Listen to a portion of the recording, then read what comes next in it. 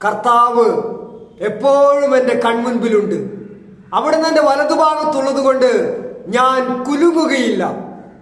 പ്രിയ സഹോദരങ്ങളെ, bank loan എടുത്ത് തിരിച്ചടയ്ക്കാൻ പറ്റാത്തതിന്റെ പേരിൽ വീടും സ്ഥലവും ജപ്തി ചെയ്യുന്നു എന്ന വാർത്തയറിഞ്ഞ് ഏതാനും ദിവസങ്ങൾക്കുള്ളിൽ സ്ഥലമളക്കാനായിട്ട് ബാങ്ക് അധികാരികൾ വരുന്നു എന്ന വാർത്തയെല്ലാം അറിഞ്ഞ ഒരു വീട്ടമ്മ വളരെ വേദനയോടെ ഇന്ന് ഫോണിലൂടെ എന്നെ വിളിച്ച് കരഞ്ഞ് പറയുകയാണ്, ഇനി എന്താണ് ചെയ്യേണ്ടത് എന്ന് എനിക്ക് അറിഞ്ഞുകൂടാ.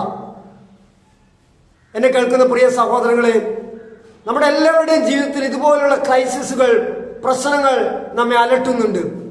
ഇവിടെ ദൈവത്തിന്റെ ഒരു വചനം നമുക്ക് വലിയ ബലം നൽകുന്നുണ്ട്. ആ വചനമാണ് സങ്കീർത്തനങ്ങൾ 16:8.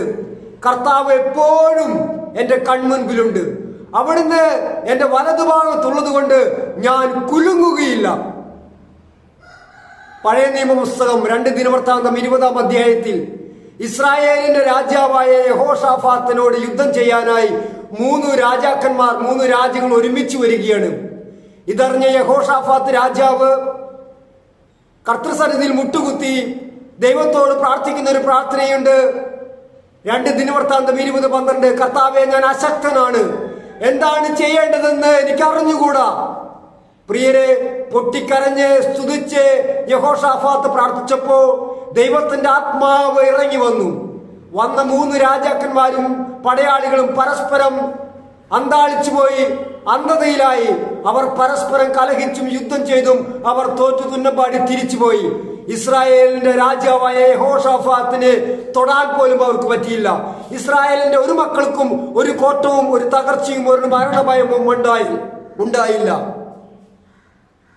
പ്രിയ സഹോദരങ്ങളെ, നമ്മുടെ ജീവിതത്തിന്റെ ക്രൈസിസിൽ നമുക്കും പ്രാർത്ഥിക്കാൻ കഴിയണം.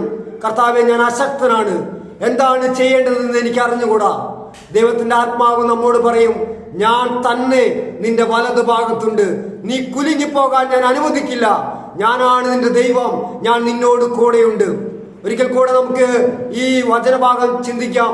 കർത്താവ് എപ്പോഴും എൻ്റെ കൺമുൻപിലുണ്ട്, അവിടുന്ന് എൻ്റെ വലതു ഭാഗത്തുള്ളത് കൊണ്ട് ഞാൻ കുലുങ്ങുകയില്ല. എവർക്കും നല്ല ഒരു ദിവസം ആശംസിക്കുന്നു, പ്രാർത്ഥിക്കുന്നു. ആമേൻ.